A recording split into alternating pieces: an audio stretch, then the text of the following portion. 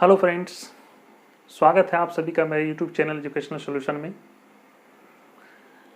Friends, आज का जो मेरा टॉपिक है वो है ट्रांसलेट इनटू इंग्लिश, जो कि टेंस पर आधारित होगा। और उस ट्रांसलेशन में हम लोग बहुत इजी वे में ट्रांसलेट करना जानेंगे और ट्रांसलेट को सीखेंगे। तो ट्रांसलेट करने के लिए सबसे पहले हमें देखना है कि टेंस क्या है, टेंस के कितने भेद हैं। वो चीज़ों को आपको पिछले वीडियो में बताया गया है, इसलिए आप उस वीडियो को देखें और टेंस के बारे में जानकारी प्राप्त करें। तो इस वीडियो में हम लोग सीधा ट्रांसलेट देखेंगे। देखिए, मैं आपको बता रहा हूँ ट्रांसलेट कैसे करेंगे। आज आपको हम लोग ट्रांसलेट इनटू इंग्लिश देखेंगे। ट्रांसलेट इनटू इंग्लिश, इंग्लिश अंग्रेजी, इनटू में ट्रांसलेट अनुवाद, अंग्रेजी में अनुवाद करना हम लोग आज जानेंगे। तो हम लोग जानेंगे अंग्रेजी में अनुवाद करना। तो सबसे पहले वो टेंस पर आधारित होगा।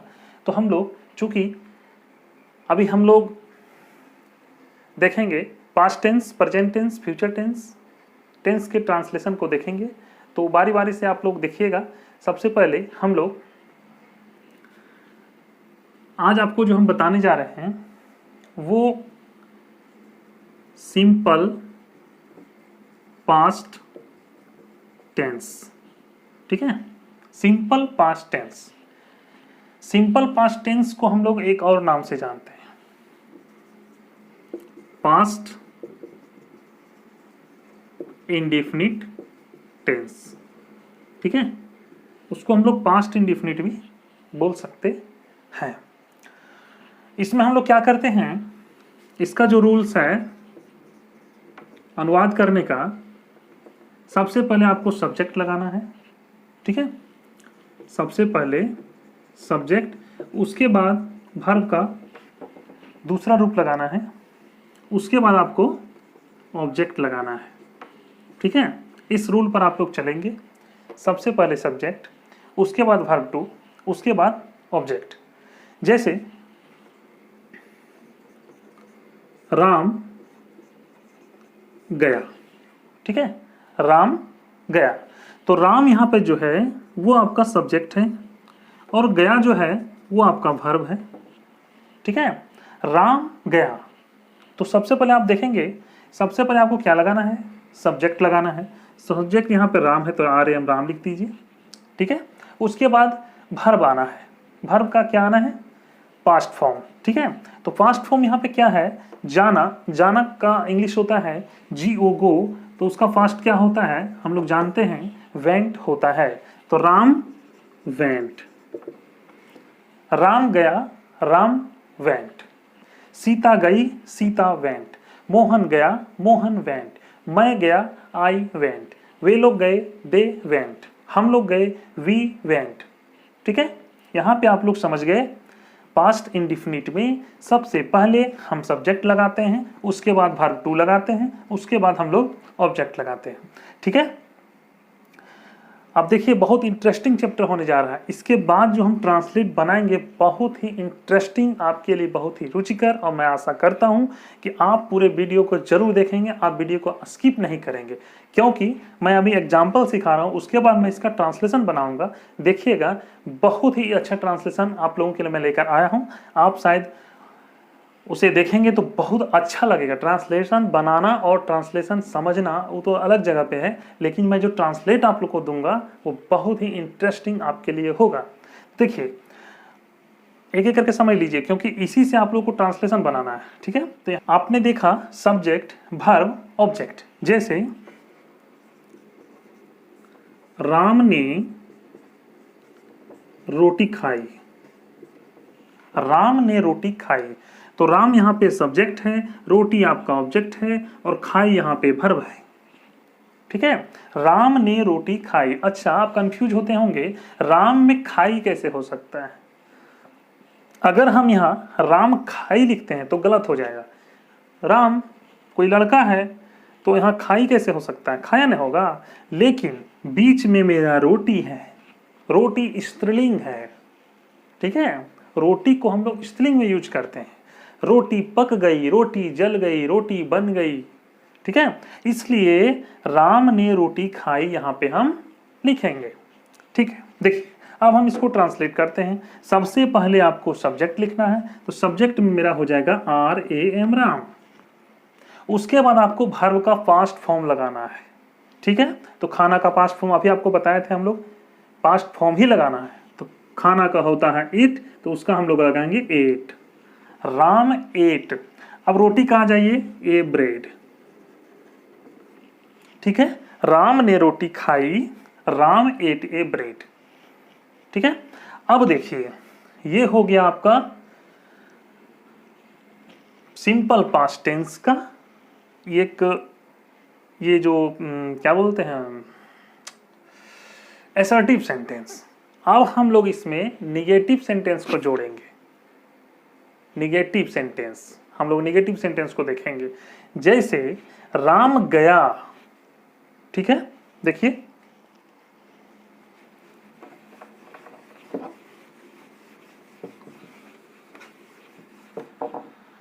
राम गया, तो अब हम लोग यहाँ पे निगेटिव वाला देखेंगे। निगेटिव में हम लोग कैसे बनाएंगे, उसका क्या रूल चलेगा। तो निगेटिव का जो रूल होगा वो सबसे पहले आपको सब्जेक्ट तो लिखना ही है, ठीक है। उसके बाद आपको लगा देना है डिड नॉट। क्या लगा देना है, डिड नॉट। अब देखिए जैसे ही आप डिड नॉट लगाएंगे वहां पे ये वर्ब टू जो आप लगा रहे थे, वर्ब का फर्स्ट फॉर्म, वो आपका वर्ब वन हो जाएगा, ठीक है। जैसे ही आप डिड नॉट का प्रयोग करेंगे तो वहां पे वर्ब वन हो जाएगा। उसके बाद आपको लगा देना है ऑब्जेक्ट, कोई दिक्कत नहीं। निगेटिव में आप क्या करेंगे, सबसे पहले सब्जेक्ट लिखेंगे, उसके बाद आप डिड नॉट का प्रयोग करेंगे, और जैसे ही डिड नॉट का प्रयोग आप करेंगे आपको वर्ब वन लगा देना है, उसके बाद आपको ऑब्जेक्ट लगा देना है। जैसे हम लोग एग्जांपल देखेंगे। अभी हम लोग मतलब राम गया, राम, राम नहीं गया, राम नहीं गया। तो सबसे पहले राम, उसके बाद हम लोग डिड नॉट लगाएंगे, राम डिड नॉट, और जाना का जो है वो आपका वर्ब वन में क्या हो जाएगा, गो। राम नहीं गया, राम डिड नॉट गो।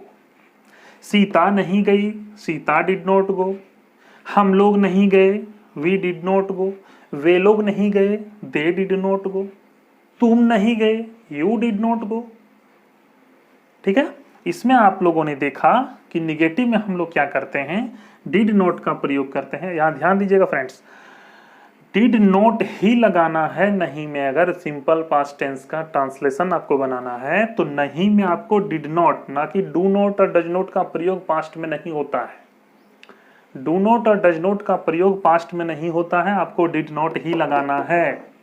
और जैसे ही आप डिड नॉट लगाएंगे वर्ब टू का वर्ब वन हो जाएगा, वर्ब का पास्ट फॉर्म सीधे वर्ब वन में आ जाएगा, प्रेजेंट वाला में, ठीक है। कोई दिक्कत आपको नहीं है। अब देखिए हम लोग इसमें क्या करते हैं, इंट्रोगेटिव में चलते हैं।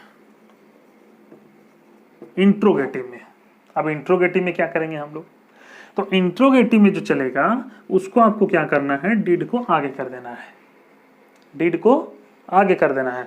उसके बाद आपको लगाना है सब्जेक्ट, उसके बाद वर्ब वन, उसके बाद ऑब्जेक्ट। देखिए जैसे ही डिड का प्रयोग सेंटेंस में होगा वर्ब टू का वर्ब वन होना है। यहां भी वर्ब वन लिखे हैं, आप गौर से देखिए।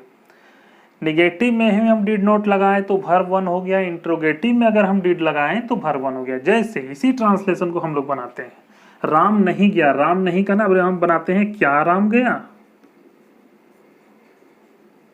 क्वेश्चन मार्क, क्योंकि इंट्रोगेटिव वाला सेंटेंस है।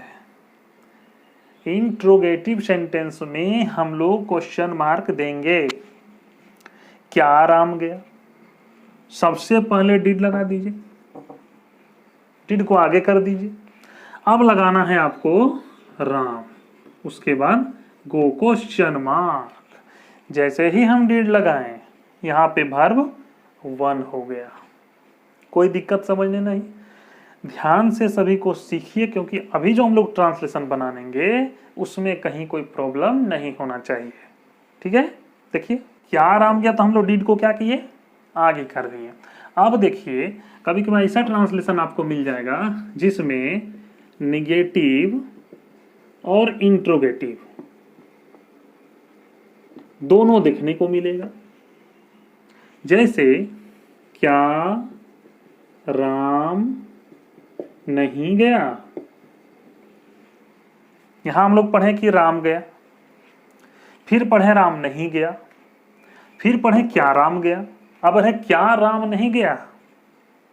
इंट्रोगेटिव निगेटिव दोनों चीज हम लोग देख रहे हैं, ठीक है, दोनों चीज मिला हुआ है।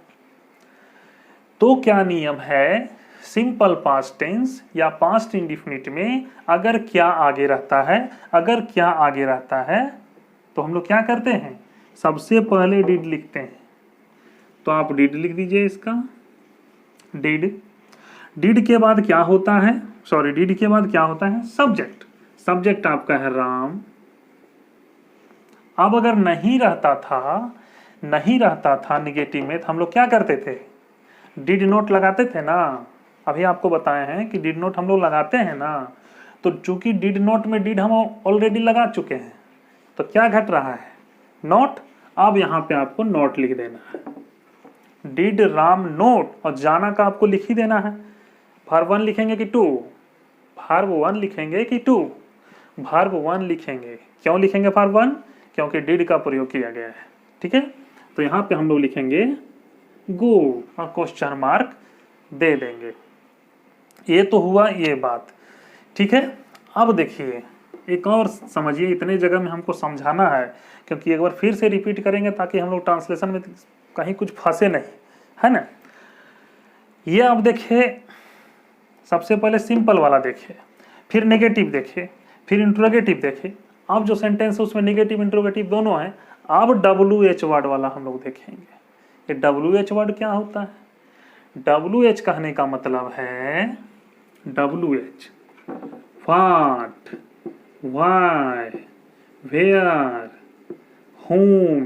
देखिए WH WH WH WH, ये सब वर्ड सेंटेंस में रहेगा तो उसको WH वाले सेंटेंस कहते हैं। देखिए राम क्यों गया, आइए नया चीज देखें। अभी हम लोग क्या देख रहे थे, क्या राम गया। अब और देख रहे हैं राम क्यों गया, क्यों, वाई। क्यों को इंग्लिश में हम लोग WHY कहते हैं, वाई वाई, WHY वाई, क्यों। तो WH वाला में क्या रूल चलता है, इसमें कौन सा रूल चलेगा, कौन सा रूल चलेगा इसमें। तो इसमें जो रूल चलेगा उसमें सबसे पहले WH वाला वर्ड सबसे पहले रहेगा। उसके बाद आपको डिड लगाना है, ठीक है। उसके बाद आपको डिड लगाना है। तो डिड के बाद क्या लगाते थे, सब्जेक्ट लगाते थे ना। तो यहाँ पे सब्जेक्ट लगाइए। उसके बाद क्या लगाते थे सब्जेक्ट के बाद, पीछे का ही नियम से आगे बढ़ेंगे, कोई दिक्कत नहीं है। WH एक जुटा हुआ, बाकी इसमें है और इसमें कुछ अंतर नहीं है, कुछ नहीं, सेम रूल है, देख लीजिए आप। Did subject verb 1 object, did subject verb 1 और ऑब्जेक्ट, सेम एकदम, कोई अंतर नहीं। WH वर्ड आ गया नया तो WH वर्ड शुरू में जोड़ दीजिए, बात खत्म। उसी तरह तो बनेगा। राम क्यों गया, सबसे पहले हम WH वाला वर्ड लिखेंगे, क्यों, व्हाई, व्हाई। उसके बाद क्या करेंगे, आ जाइए फिर इसी में, डिड फिर सब्जेक्ट फिर वर्ब 1 फिर ऑब्जेक्ट। तो सबसे पहले डिड लगा लीजिए, उसके बाद सब्जेक्ट दीजिए, व्हाई डिड राम, वर्ब दे दीजिए गो, क्वेश्चन मार्क। अब रहा कि इसमें नहीं भी जोड़ दीजिए, राम क्यों नहीं गया, क्यों नहीं गया, कोई बात नहीं, कोई अंतर नहीं। अब इसका रूल ले लीजिए, निगेटिव वाला रूल। पहले तो आपको सबसे पहले इसमें क्या देखना है कि अगर WH है तो सबसे पहले WH बॉस बन गया, WH सबसे पहले उसको लाना है। लीजिए भाई, सबसे पहले आप ही को स्थान हम देते हैं, जगह WH को ही। सबसे पहले WH को जगह दीजिए, तो क्यों का WH में जगह दीजिएगा तो वाई हो जाएगा, WHOY। उसके बाद हम क्या बताए थे कि डिड लगाना है। तो इस सेंटेंस में और इस सेंटेंस में आप क्या अंतर देख रहे हैं? ये दोनों सेंटेंस में अंतर देख रहे हैं कि इसमें नहीं है, कोई दिक्कत नहीं। नहीं कहाँ लगेगा जानते हैं? सब्जेक्ट के बाद, चाहे वो कुछ भी रहे। सब्जेक्ट के बाद नहीं लगा दीजिए ना, कोई दिक्कत नहीं है। देखिए सब्जेक्ट के बाद अब नहीं लगा दीजिए, कहाँ बनाए हैं? हाँ, सब्जेक्ट के बाद नहीं लगाइए ना, डिड नॉट। सब्जेक्ट के बाद ही नोट लगाना है। तो सब्जेक्ट के बाद आप नोट लगा रहे हैं, चूंकि क्या, क्यों, कैसे, कहाँ, कब, किस लिए, ये सब जब आ जाएगा ना तो सबसे पहले वो WH वाला वर्ड आपको लिखना पड़ेगा सबसे आगे। उसके बाद जब वो लिखिएगा ना उसके साथ डिड आ जाता है साथ में। WH वर्ड के साथ डिड साथ आ जाता है कि चलो तुम भी लो भाई, इसको भी ले आए हम। हाय डिड, नहीं है तो है, क्या दिक्कत है? नहीं अगर शब्द आ गया तो आ गया, उसमें क्या दिक्कत है? कुछ नहीं, सब्जेक्ट के बाद रहेगा ना वो, बाकी इधर कुछ लाना है उससे हमको कोई दिक्कत नहीं है। नहीं को सब्जेक्ट के बाद रखेंगे, उसके सब्जेक्ट के बाद आता है वो, चलो उसके बाद रखेंगे, कोई दिक्कत नहीं। तो हाय डिड, उसके बाद राम लिख दीजिए। एक बात का ध्यान रखेंगे, बहुत छोटा मगर जानकारी वाला चीज, नाम का पहला अक्षर कैपिटल होता है। बहुत छोटा चीज हमको नहीं बताना चाहिए था क्योंकि आप लोग जानते हैं, लेकिन हम बता देंगे, चलिए कोई बात नहीं। हाय डिड राम, उसके बाद बताइए सब्जेक्ट के बाद क्या लगेगा? नोट और verb one. Hi did Ram note वो, कोई दिक्कत? कोई दिक्कत नहीं। कितने तरह से आप लोगों ने देखा? इस देखिए, मैं साइड हो जाता हूं, देख लीजिए आप भी भाई। 5 तरह से इसमें हम लोग ट्रांसलेशन बनाए, असर्टिव बनाए, निगेटिव बनाए, इंटरोगेटिव बनाए, निगेटिव इंट्रोगेटिव दोनों बनाए, और एक WH वाला वर्ड भी हम लोग लगा के सेंटेंस बनाए। ठीक है, WH वर्ड भी हम लोग लगा के बनाए। तो मतलब मिला जुला के देखा जाए तो 5 तरह से हम लोग इसको बनाए। 5 तरह से ट्रांसलेशन इसमें हम लोग सिंपल पास्ट टेंस में बनाए। कहीं कोई दिक्कत समझने में नहीं होगा, सीधा सीधी असर्टिव रहेगा, कुछ नहीं करना है, सब्जेक्ट वर्ब टू और ऑब्जेक्ट लगा देना है। निगेटिव रहेगा तो डिड नॉट लगा के वर्ब वन कर दीजिएगा।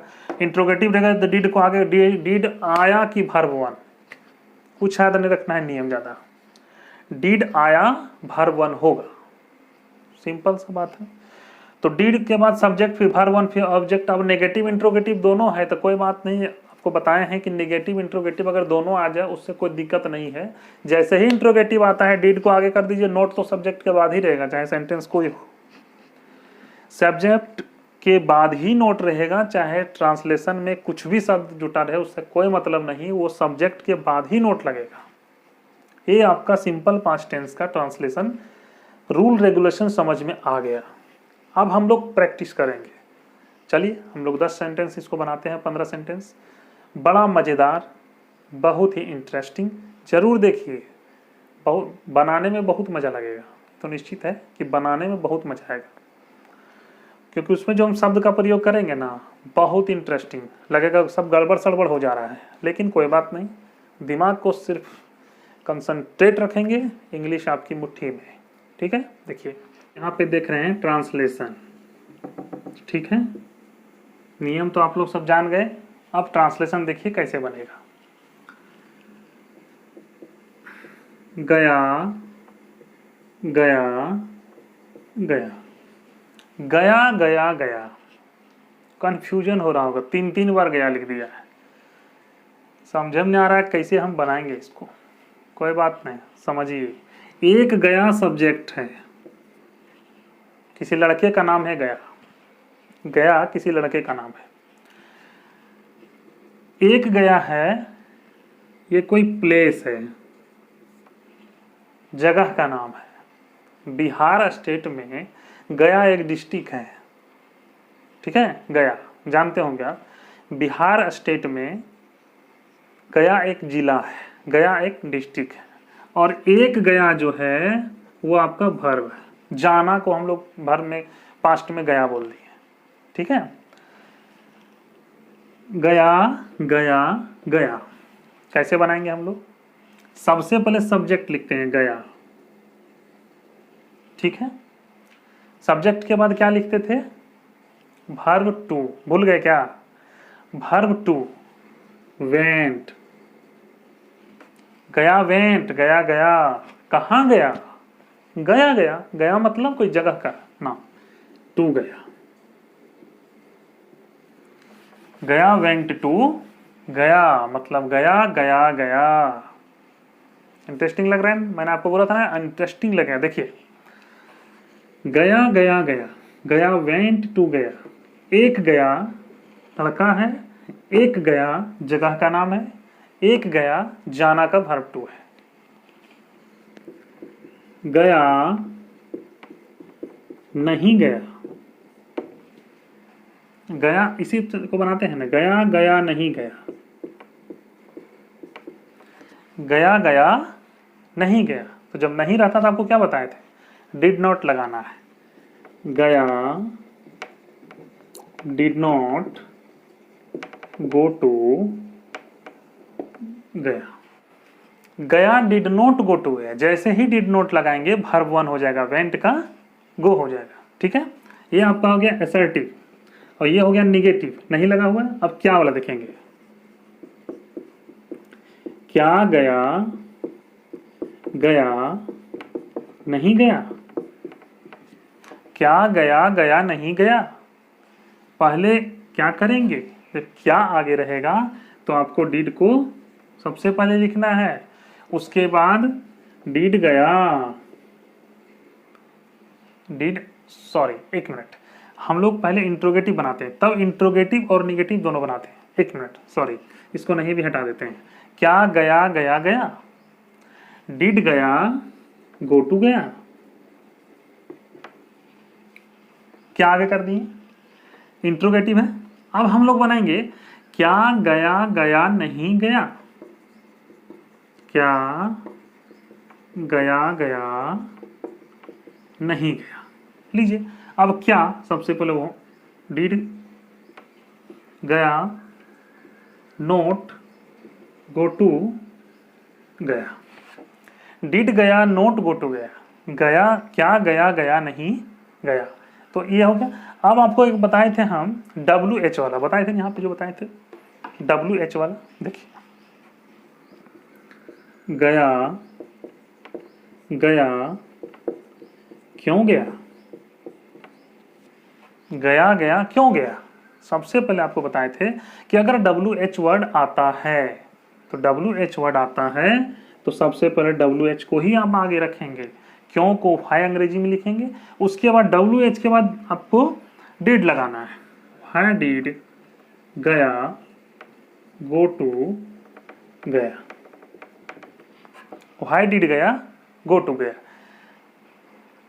वीडियो को स्किप ना करें, देखते जाएं। गया गया क्यों गया, व्हाई डिड गया गो टू गया। अब यहां बनाएंगे गया गया क्यों नहीं गया, गया गया क्यों नहीं गया। कोई बात नहीं, यही है ना। तो व्हाई डिड गया नोट गो टू गया। तो 1 2 3 4 5 6 तरह से मैंने आपको बताया। आप बताइए इसमें कहाँ दिक्कत है? कहीं कोई दिक्कत नहीं है। दिक्कत इसलिए नहीं है कि आपको इसमें कुछ ज़्यादा याद रखने का ज़रूरत नहीं है कि डू यहाँ लगता है, डज यहाँ लगता है। सिर्फ और सिर्फ चाहे कोई भी सब्जेक्ट हो, आपको डिड ही लगाना है, डिड ही लगाना है। कोई डज और डिड याद रखने का कोई ज़रूरत इसमें नहीं है। डिड लगाना है जो कि सबसे इजी है। कहिएगा तो हम एक बार यहाँ पर रूल लिख देते हैं, ठीक है। अगर आपको उतारने का माने, आप इसको नोट भी कर सकते हैं। बहुत अच्छा सेंटेंस है, बहुत इंटरेस्टिंग सेंटेंस है। आप इसको समझिए, नहीं समझ में आता है तो कमेंट बॉक्स में हमको पूछिए कि यहाँ पे ये कैसे प्रयोग हुआ। देखिए, रूल भी हम लिख देते हैं आप लोग के लिए। हम रूल लिख दे रहे हैं। रूल है सबसे पहले असर्टिव का हम लोग देखेंगे, उसके बाद हम लोग निगेटिव का भी लिख देंगे, उसके बाद हम लोग इंट्रोगेटिव का भी लिख देंगे, और इंट्रोगेटिव प्लस हम लोग निगेटिव भी देखेंगे और WH वर्ड का भी हम लोग देखेंगे। पांच तरह से है, तो 5 तरह में जो है हम पांचों का एक नियम लिख देते हैं। ठीक है, तो SRT में सबसे पहले आप सब्जेक्ट, वर्ब टू और ऑब्जेक्ट। ठीक है, नेगेटिव में क्या करेंगे, subject, did not, verb one और ऑब्जेक्ट। ठीक है, इंट्रोगेटिव में आप डिड को आगे कर देंगे, उसके बाद सब्जेक्ट लिखेंगे, उसके वर्ब वन और ऑब्जेक्ट। अगर इंट्रोगेटिव और नेगेटिव दोनों आ जाता है तो कोई बात नहीं, डिड लगा देंगे, सब्जेक्ट वर्ब वन, नहीं सब्जेक्ट, उसके बाद नोट, उसके बाद वर्ब वन, उसके बाद ऑब्जेक्ट। और WH वाला रहेगा तो सबसे पहले WH, उसके बाद डिड, उसके बाद सब्जेक्ट, उसके बाद वर्ब वन, उसके बाद ऑब्जेक्ट। अगर इसमें भी नहीं आ जाता है तो WH, फिर डिड, फिर सब्जेक्ट, फिर नोट और फिर वर्ब वन और फिर ऑब्जेक्ट। आप इसको नोट डाउन कर लें, बहुत इंपॉर्टेंट है, सारी किताबों में खोजते रह जाइएगा, एक जगह पे इस तरह से आपको नहीं मिलेगा। एक खोजिएगा दूसरा गड़बड़ा जाइएगा, दूसरा खोजिएगा तीसरा गड़बड़ा जाएगा, इस तरह से आप आसानी से आप समझ सकते हैं। तो ये पूरा मेरा सिंपल प्रेजेंट टेंस का ट्रांसलेशन कंप्लीट हो गया।